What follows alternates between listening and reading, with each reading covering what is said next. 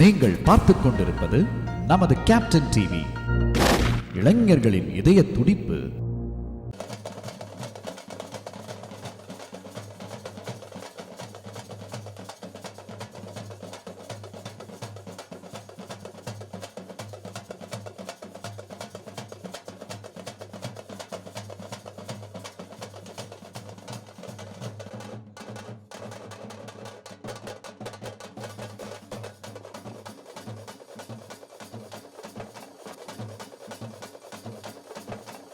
எல்லாருக்கும் வணக்கம்.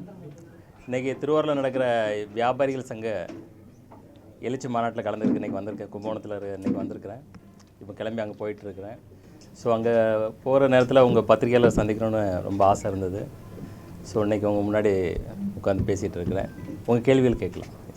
சார், 2 படங்கள் வந்து இப்போ நடிச்சிருக்கீங்க, லீடர் அண்ட் லெஜெண்ட். சரிங்க. மக்கள் மத்தியில் உங்களுக்கான வரவேற்பு எப்படி இருக்குது சார்? நல்லா இருக்குது. நாங்கள் என்ன எதிர்பார்த்தோமோ அந்த வரவேற்பு இருக்குது. நாளுக்கு நாள் அதிகமாகிட்டே இருக்குது. எதிர்பார்ப்புகளும் வரவேற்பும் அதிகமாகிட்டு இருக்கு. உங்களுடைய அடுத்த ப்ராஜெக்ட் என்ன சார்? இல்லை, அடுத்த 3வது படத்துக்கான விஷயங்கள் நடந்துகிட்ருக்கு. ஆல்ரெடி நான் முன்னாடியே சொல்லியிருக்கேன், அதில் வந்து ட்ரிபிள் ஆக்ஷன் பண்ணுறேன்னு சொல்லிட்டு. இதே டைரக்டர் துரை செந்தில்குமார் தான் பண்ணுறாங்க. அதுக்கான வேலைகள் போயிட்டுருக்குங்க. அரசியல் ஈடுபடுற அனுபவம்? அரசியல் காலங்கள் பதில் சொல்லட்டும். இப்போ விஜய் வந்து அதிக பெரும்பான்மையோடு வந்திருக்காங்க. ஆமாங்க, ஆமாம். உங்களுடைய இது எப்படி? இல்லை, இன்றைய வந்து இளைஞர்களுடைய எழுச்சியை பார்க்குறோம். அதாவது இளைஞர்கள் வந்து மிகப்பெரிய ஒரு எழுச்சியோடு இந்த முடிவை கொடுத்துருக்குறாங்க தமிழ்நாட்டு மக்களுக்கு. அதாவது நம்ம ஜல்லிக்கட்டுலேயும் பார்த்தோம், ஜல்லிக்கட்டுலேயும் அவங்களுடைய எழுச்சி அங்கே ஆரம்பமாச்சு. அதனுடைய கண்டினியூஷன் தான் இன்றைக்கி வந்து இந்த ஆட்சி மாற்றத்தை மிகப்பெரிய எழுச்சி அந்த இளைஞர்கள் தான். அதாவது இன்றைக்கி புதுசாக ஓட்டு போட்ட இளைஞர்களாகட்டும் ஒரு பெரிய மாற்றத்தை எழுச்சியை உண்டாக்கியிருக்கிறாங்க. அவங்களுடைய எதிர்பார்ப்பு எனக்கு தெரிஞ்சு அவங்கள வந்து ஒரு ஊழலற்ற ஒரு ஆட்சியும், ஒரு நல்ல ஒரு வேலை வாய்ப்பு, அதாவது மக்கள் பணம் மக்கள்கிட்டே இருக்கணும். வரிகளை குறைச்சி கவர்மெண்ட் செலவை குறைச்சிக்கிட்டு மக்கள் பணம் மக்கள்கிட்டே இருந்து அப்படி ஒரு ஆட்சி அமைஞ்சதுன்னா மக்களுக்கு, மாணவர்களுக்கு எல்லாருக்குமே ஒரு சந்தோஷமான ஒரு வாழ்க்கையை கொடுக்கணும்னு நினைக்கிறேன். இதுக்கு முன்னாடி இந்த ஆட்சி சரியா இல்லைங்கிறீங்க? இல்லை, இந்த எழுச்சி தானே பார்க்குறோம். எழுச்சி வந்து இன்றைக்கி மாற்றத்தை விரும்புகிறாங்க. என்ன மாற்றத்தை விரும்புகிறாங்க, என்ன எதிர்பார்க்குறாங்கன்னு பார்க்கும்போது அவங்களோட மனநிலைகள், அவங்கள்ட்ட பேசும்போது, அவங்கள்ட்ட இது பண்ணும்போது அவங்க எதிர்பார்க்குறாங்க இன்னும் வேலை வாய்ப்புகள் அதிகமாக வேணும். இன்னும் வந்து ஏன்னா இன்றைக்கி வழி நடத்துறது இன்றைக்கி மாணவர்கள் ஆகிட்டாங்களே, எழுச்சி உண்டாக்கிட்டாங்களே. ஊழலற்ற ஆட்சி முறை தமிழ்நாட்டில் இல்லை, அந்தந்த காலகட்டங்களில் அந்தந்த ஆட்சி முறை கரெக்டாக தான் போயிட்டு இருந்தது. அதாவது எந்த ஆட்சியாக இருந்தாலும் அவங்க ஒரு பாணியை அவங்க அந்த சூழ்நிலைக்கு தகுந்த மாதிரி ஆட்சிகள் நடத்திட்டு இருந்தாங்க. இந்திய எதிர்பார்ப்பு வேறு மாதிரி இருக்குது. இந்திய முறையினருடைய எதிர்பார்ப்பு அதிகமாக இருக்குது. அவங்க வந்து முற்றிலும் ஆட்சி ஒரு இதுவரைக்கும் நடக்காத ஒரு சரித்திர எழுச்சி உண்டாக்கிட்டாங்க இல்லையா. ஸோ அப்போ வந்து அவங்களுக்கு என்ன எதிர்பார்க்குறாங்கன்றமோ அவங்களோட பேசும்போது அவங்களுடைய எதிர்பார்ப்பை தான் நம்ம பிரதிபலிக்கிறோம். இது நடக்கிறது தானே. அதாவது வெற்றி பெற்று தோல்வி வெற்றி மாறி மாறி நடக்கும். இது ஒரு எழுச்சி நடக்கும்போது அது வந்து இருக்குது. அது வந்து காலங்களில் மாறிட்டு தானே இருக்கும். முந்தைய காலங்களில் இதே போல் வெற்றி தோல்வி வந்து எல்லா தலைவர்களுக்கும் ஏற்பட்டிருக்கு. அது வெற்றின்றதும் நிரந்தரம் கிடையாது, தோல்வின்றதும் நிரந்தரம் கிடையாது. சார், அப்புறம் விஜய் அவர்களுக்கு நீங்கள் என்ன சார் சொல்ல நினைக்கிறீங்க? இல்லை, வாழ்த்துக்கள் தான். கண்டிப்பாக இவ்வளோ பெரிய வெற்றியை கொடுத்துருக்காங்க இளைஞர்கள். ஸோ அதை வந்து அவர் வந்து திறம்பட அவங்களுடைய எதிர்பார்ப்பை வந்து அதாவது 100% ஃபுல்ஃபில்லாக பண்ணணும். அது வந்து ரொம்ப முக்கியம். அந்த பொறுப்பை வந்து அவருக்கு கண்டிப்பாக தெரியும். இல்லைன்னா இவ்வளோ பெரிய பொறுப்பை ஜனங்க அவர் கையில் கொடுத்துருக்க மாட்டாங்க. அதை உணர்ந்து அவங்க கூட இருக்கிறவங்களும் செயல்படுவாங்கன்றது நம்பிக்கை இருக்குது. இது வந்து அமைஞ்சதுன்னா அது ஒரு இளைஞர்களுக்கு அவங்க இப்போ எடுத்த முயற்சிக்கு வந்து ஒரு சக்ஸஸ்ஃபுல்லாக இருக்கும். அவர் வந்து கரெக்டாக நிறைவேற்றிட்டா.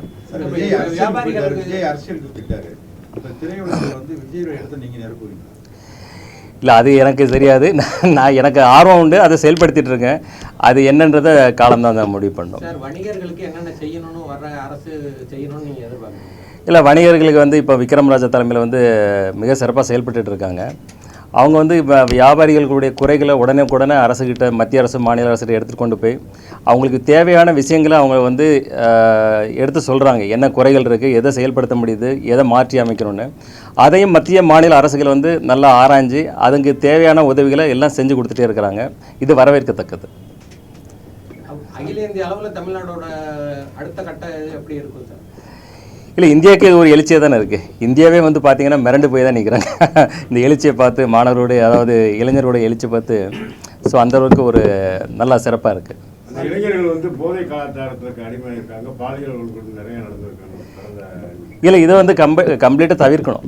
அதை போதை கலாச்சாரத்துன்றது கம்ப்ளீட்டாக தவிர்க்கணும். இந்த போல் வன்முறைகள்ன்றதும் மிகப்பெரிய, அதே போல் பாலியல் கொடுமைகளுக்கெல்லாம் அதாவது இம்மிடியேட்டாக தண்டனை கொடுக்கணும், டிலேவே பண்ணக்கூடாது, வித்தின் 10 months.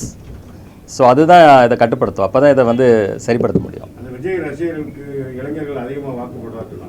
ஆமாம். நீங்கள் என்ன சொல்ல விரும்புறீங்க? இல்லை, இது வந்து அவங்க தானே உருவாக்கியிருக்காங்க, இன்றைக்கி ஒரு புரட்சியை உருவாக்கியிருக்கிறாங்க. ஸோ அவங்க எதிர்பார்ப்பு வந்து இப்போ மக்கள் வந்து விஜய் சிஎம் எதிர்பார்க்குறாங்க. ஸோ அவர் தான் இனி அதை வந்து ஃபுல்ஃபில் பண்ணி கொடுக்கணும் மக்களுக்கு. கட்டுக்கிடக்காமல் வர்றாங்க, அவங்க கேட்குறாங்கிறாங்க. இல்லை, அது இளைஞர்கள். அது வந்து ஒவ்வொரு நீங்கள் எந்த வயசில், சின்ன வயசில் எப்படி இருந்திருப்பீங்க, இப்போ எப்படி இருக்கீங்க?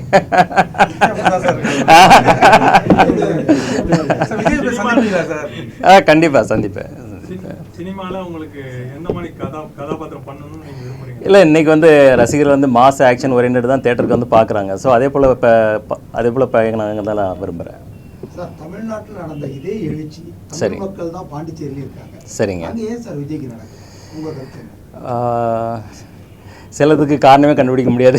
யாராவது கணிச்சாங்களா? அதாவது இதுக்கு முன்னாடி வந்து எலெக்ஷனில் வந்து நம்பர்ஸ் வந்து ரொம்ப கம்மியாக சொன்னாங்க விஜய் சாருக்கு. பட்டு சிங்கிள் டிஜிட்டு, டபுள் டிஜிட்னாங்க. அவர் இன்றைக்கி ட்ரிபிள் டிஜிட்டில் வந்து நிற்கிறாரு. ஸோ எதிர்பார்ப்பை மீறி நடக்கிறது தான் அரசியல். அதே தமிழ் மக்கள் இல்லை, அதுதான் புரியாத போகுது.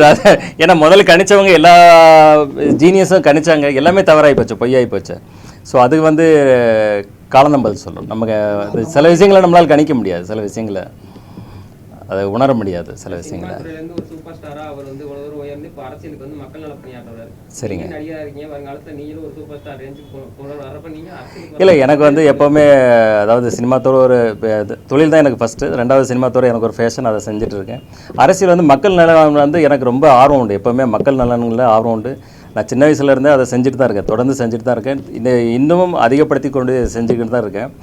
அது கால நேரம் ஒத்துழைச்சதுன்னா நான் வந்து கண்டிப்பாக அரசியல் இறங்கி செயல்படுறேன். இல்லை, இன்னும் மற்ற 2-3 இடங்களில் பிளான் பண்ணிகிட்ருக்கோம். ஸோ ஆஃப்டர் தட் வரேன் sir. Yes sir. Thank you so much. Right. ஆமாம், லீடர் மூவிக்கு உங்கள் சப்போர்ட் எல்லாம் ரொம்ப நல்லா இருந்தது. படமும் எல்லா தரப்பு மக்களுக்கும் ரொம்ப பிரியமாக, ரொம்ப ரசிக்கப்பட்டது. அதான் ஒரு தரமான படத்தை கண்டினியூவாக கொடுத்துட்ருக்குன்னு தான் எங்களுடைய ஆசை. ஸோ உங்கள் சப்போர்ட் எங்களுக்கு கண்டினியூவாக இருக்கணும். Thank you so much. இப்போ இவர் கூட இப்போ ஆல்ரெடி நான் கமிட் ஆகிட்டேன். ஸோ அடுத்த படம் நீங்கள் சொல்கிற மாதிரி ட்ரை பண்ணலாம்.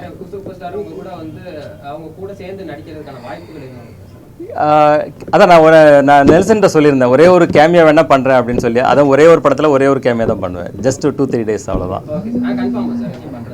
இன்னும் இது பண்ணல, இன்னும் கன்ஃபார்ம் பண்ணல எதுவுமே. தேங்க்யூ.